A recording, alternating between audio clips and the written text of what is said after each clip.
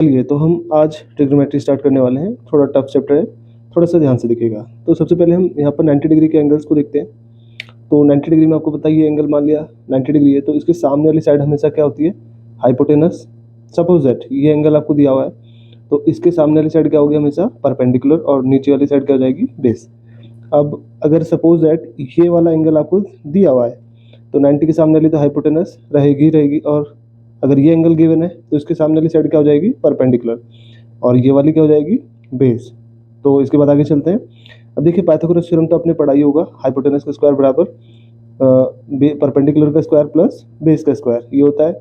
अगर आप यहाँ से परपेंडिकुलर निकालोगे तो आपको पता चलेगा हाइपोटेनस का स्क्वायर माइनस बेस का स्क्वायर, और बेस का स्क्वायर इज इक्वल टू क्या हो जाएगा? हाइपोटेनस का स्क्वायर माइनस परपेंडिकुलर का स्क्वायर। तो बेसिकली आप यहाँ पर ध्यान दोगे कि हाइपोटेनस का स्क्वायर अगर आप कर रहे हो तो यहाँ पर पॉजिटिव साइन आएगा, और परपेंडिकुलर और बेस में क्या आता है? हमेशा माइनस का साइन आता है ट्रिग्नोमेट्रिक में। अब इसका सबसे ज़्यादा यूज होता है। अब आगे चलते हैं नेक्स्ट। ट्रिग्नोमेट्री में 6 रेशो होते हैं। सबसे पहले साइन थीटा, अगेन आगे चलते हैं तो कॉस थीटा, फिर टेन थीटा, और फिर कॉट थीटा, और आगे इसी तरह से सेक थीटा होता है। सेक के बाद होता है कोसेक थीटा। ठीक है, इन 6 रेशो को आपको थोड़ा सा फोकस कर लेना है।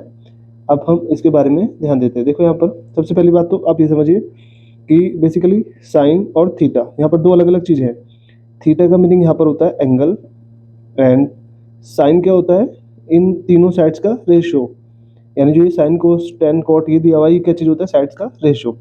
तो सबसे पहले साइन का फॉर्मूला आपको लर्न करना है, तो ये होता है परपेंडिकुलर अपॉन हाइपोटेनस, याद रखिएगा। और कॉस का फॉर्मूला भी आपको याद रखना है, तो हाइपोटेनस नीचे दोनों में रहेगा, साइन और कॉस में, बस यहाँ पर क्या आ जाएगा? बेस। एग्जैक्टली 10। 10 जो होता है, देखिए यहाँ पर साइन को अगर आप कॉस से डिवाइड कर दोगे तो क्या बन जाएगा? 10। अब साइन का वैल्यू कितना है? परपेंडिकुलर अपॉन हाइपोटेनस, और कॉस का वैल्यू है बेस अपॉन हाइपोटेनस। तो हाइपोटेनस से हाइपोटेनस कैंसिल आउट, इसका मतलब परपेंडिकुलर अपॉन बेस। आगे चलते हैं कॉट। कॉट के लिए आपको ध्यान रखना है, ये 10 का क्या होता है? रेसिप्रोकल होता है, यानी 1/10 को आप लिख सकते हो easily cot theta. Same as it is इसको, यानी इस ये नंबर भी क्या हो जाएगा आपका? उल्टा हो जाएगा। तो कॉस ऊपर और साइन नीचे, एग्जैक्टली बेस ऊपर एंड परपेंडिकुलर नीचे। तो आप इसे ऐसे ध्यान रख सकते हो। सेक के लिए आपको क्या करना है?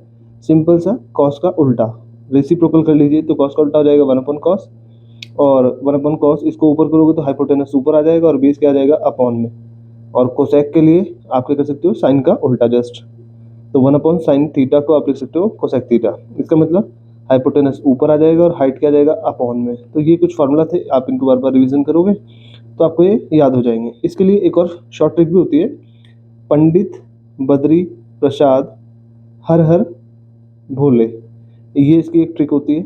अगर आप इसे याद कर सकते हो, देखिए यहाँ पर P H H upon B, तो पंडित बद्री प्रसाद हर हर भोले। अब देखिए यहाँ पर P/H आया है, सबसे पहले परपेंडिकुलर अपॉन हाइपोटेनस, ये किसका वैल्यू होता है? साइन का। तो आप देख सकते हो यहाँ पर, आप इजीली याद कर सकते हो। और ये आ रहा है बेस अपॉन हाइपोटेनस, ये किसका वैल्यू होता है? कॉस का। और परपेंडिकुलर अपॉन बेस किसका वैल्यू होता है? 10 का। ध्यान रखिएगा, एग्जैक्टली आप नीचे से ऊपर जाइए। बेस अपॉन परपेंडिकुलर किसका होता है? कॉट का। हाइपोटेनस अपॉन बेस किसका होता है? सेक का। और हाइपोटेनस अपॉन परपेंडिकुलर होता है कोसेक का। ठीक है, अब मैंने यहाँ पर हाइपोटेनस को ऐसे रिप्रेजेंट करा है, और यहाँ पर मैंने एच वाई लिखा है, क्योंकि कुछ लोग एच का मतलब हाइट भी समझ लेते हैं। ठीक है, तो इनको आप अच्छे से याद करिए। तो अब हम ट्रिग्नोमेट्री चैप्टर स्टार्ट कर लेंगे।